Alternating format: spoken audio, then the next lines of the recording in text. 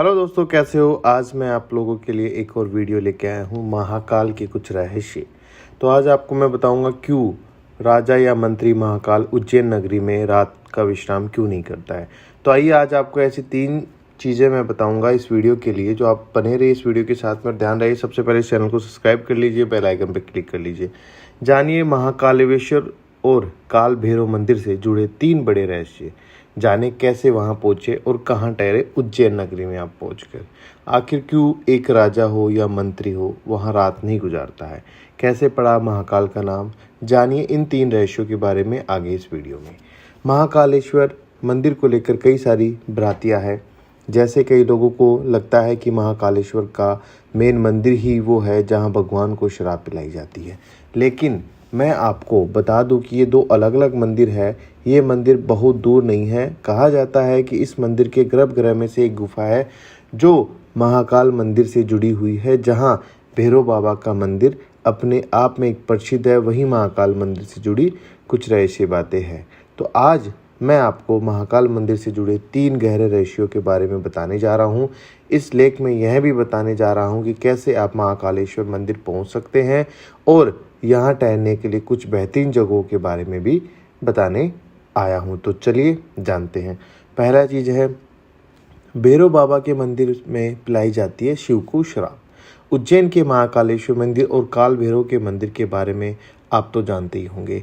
काल भैरव मंदिर का देश का ही नहीं बल्कि दुनिया का एकमात्र ऐसा मंदिर है जहां भगवान शिव को शराब पिलाई जाती है। जी हाँ, शराब पिलाई जाती है। जहां पूरी दुनिया में मंदिरों के आसपास शराब आदि की दुकानें हटा दी जाती है, वहीं दूसरी ओर महाकाल के मंदिर परिसर से लेकर इसके रास्ते में बहुत सारी शराब की दुकानें लगवाई गई है। और यही नहीं, प्रसाद बेचने वाले लोगों के पास में भी आपको शराब देखने को मिलेगी। 12 ज्योतिर्लिंगों में से एक महाकालेश्वर का स्वयंलिंग यानी स्वयंभू अपने आप में प्रकट हुआ माना जाता है। आज तक यह कोई भी नहीं जानता कि भगवान शिव और मदिरा पिलाने का रिवाज कब से आया है और आखिर इतनी शराब जो भगवान शिव पीते हैं वो जाती कहाँ है। तो महाकाल के नाम का जो रहस्य है वो मैं आपको बताता हूँ। क्योंकि महाकाल में भस्म आरती होती है और कहा जाता है कि पहले यहाँ जलती हुई चिता की राख लाकर पूजा की जाती थी, इसलिए माना जाता था कि महाकाल का संबंध मृत्यु से है। पर यह पूरा सच नहीं है। दरअसल काल का मतलब मृत्यु और समय दोनों होते हैं। तो ऐसा माना जाता है कि प्राचीन काल में पूरी दुनिया का मानक समय जो है वो निर्धारित होता था, इसलिए इसे महाकालेश्वर नाम दिया गया है। दूसरा कारण यह भी काल से जुड़ा हुआ था कि दरअसल महाकालेश्वर का जो शिवलिंग तब प्रकट हुआ था जब एक राक्षस को मारना था। भगवान शिव उस राक्षस का काल बनकर आए थे और साथ ही साथ अवंती नगरी, जो अब उज्जैन नगरी के नाम से जाना जाता है, यहाँ के वासियों के आग्रह पर महादेव महाकाल यहीं स्थापित हो गए। ये समय यानी काल के अंत तक यही रहेंगे, इसलिए भी इन्हें महाकाल कहा जाता है। आखिर क्यों रात नहीं गुजारता कोई राजा हो या मंत्री। ऐसा माना जाता है कि विक्रमादित्य के समय से ही इस मंदिर के पास और शहर में कोई भी राजा या मंत्री रात नहीं गुजारता है। इससे जुड़े कई उदाहरण भी प्रसिद्ध हैं जिनके बारे में आपको जानकर आश्चर्य होगा। दरअसल लंबे समय तक कांग्रेस और फिर भाजपा सांसद ज्योतिरादित्य सिंधिया, जो ग्वालियर के राजा भी है, वो भी आज तक यहाँ रात नहीं रुके हैं। इतना ही नहीं, देश के चौथे प्रधानमंत्री मोरारजी देसाई भी जब मंदिर के दर्शन करने के बाद में यहाँ रात रुके थे तो उनकी सरकार अगले ही दिन गिर गई थी। ऐसा ही कर्नाटक के मुख्यमंत्री वीएस येदियुरप्पा भी जब उज्जैन में रुके तब उन्हें कुछ ही दिनों के अंदर अंदर इस्तीफा देना पड़ा था। इस रहस्य को कुछ लोग संयोग मानते हैं तो कुछ लोगों के मुताबिक एक लोक कथा के अनुसार भगवान महाकाल ही शहर के राजा है और उनके अलावा कोई राजा यहाँ नहीं रह सकता है। भस्म आरती को लेकर भी एक रहस्य है जो मैं आपको आगे बताता हूँ। भस्म आरती की कहानी शिवलिंग की स्थापना से ही देखी जाती है। दरअसल प्राचीन काल में राजा चंद्रसेन शिव के बहुत बड़े उपासक माने जाते थे। एक दिन राजा के मुख से मंत्रों का जाप सुनकर एक किसान का बेटा भी उनके साथ पूजा करने लग गया, लेकिन सिपाहियों ने उसे दूर भेज दिया। वो जंगल के पास जाकर पूजा करने लगा और उसे एहसास हुआ कि दुश्मन राजा उज्जैन पर आक्रमण करने जा रहे हैं। तो उन्हें प्रार्थना के दौरान ही यह बात पुजारी को बता दी कि ये खबर आग की तरह फैल गई और उसी समय विरोधी राक्षस दूषण का साथ लेकर उज्जैन पर आक्रमण कर रहे थे। दूषण को भगवान ब्रह्मा का वरदान प्राप्त था कि वो दिखाई नहीं देगा।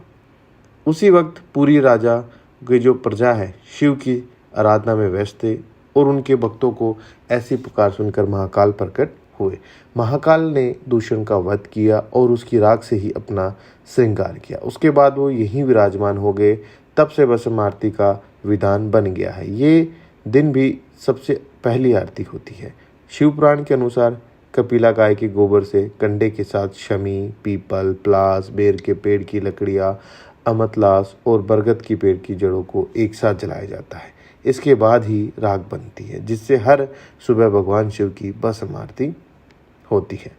महाकाल मंदिर कैसे पहुँचे, तो मैं आपको बताता हूँ कि महाकाल मंदिर पहुँचना बहुत आसान है। यहाँ आप देश के किसी भी कोने से आसानी में पहुँच सकते हैं। ट्रेन से अगर आप आना चाहते हो तो दिल्ली, मुंबई, कोलकाता, चेन्नई शहर से आप ट्रेन लेकर उज्जैन सिटी जंक्शन या विक्रमनगर रेलवे स्टेशन पहुँचकर यहाँ से लोकल बस या टैक्सी लेकर महाकालेश्वर मंदिर पहुँच सकते हो। दिल्ली से भी आप 1000 रुपये के आसपास यहाँ पहुँच सकते हो। अब बात करते हैं हवाई सफ़र।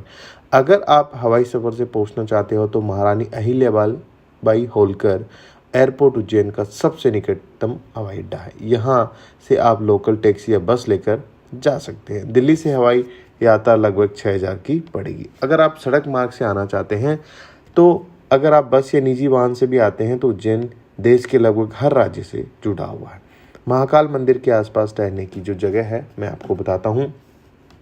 महाकालेश्वर मंदिर के आसपास ठहरने के लिए ऐसी कई धर्मशाला है जहां आप बहुत कम पैसे में ठहर सकते हो, जैसे महाकाल धर्मशाला या फिर सूर्य नारायण व्यास धर्मशाला में आप ठहर सकते हो। इसके अलावा मंदिर के आसपास कई ऐसे होटल्स हैं जहां आप 500, 1000, 1100, 1200 के बीच में रूम बुक कर सकते हैं, जैसे कृष्ण होटल आराध्य में भी आप रूम बुक कर सकते हो।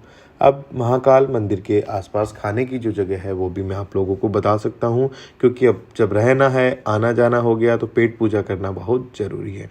तो महाकाल मंदिर के आसपास में कई ढाबे मौजूद हैं जहां आप खाना खाने के लिए जा सकते हैं, जैसे जोशी दही बाबा हाउस, किशन रेस्टोरेंट या फिर डमरू वाला रेस्टोरेंट भी खाना खाने के लिए आप जा सकते हो। अगर आपको वीडियो अच्छा लगा तो लाइक शेयर ज़रूर कीजिए। मिलते हैं आपसे ऐसे और नई रहस्य लेकर।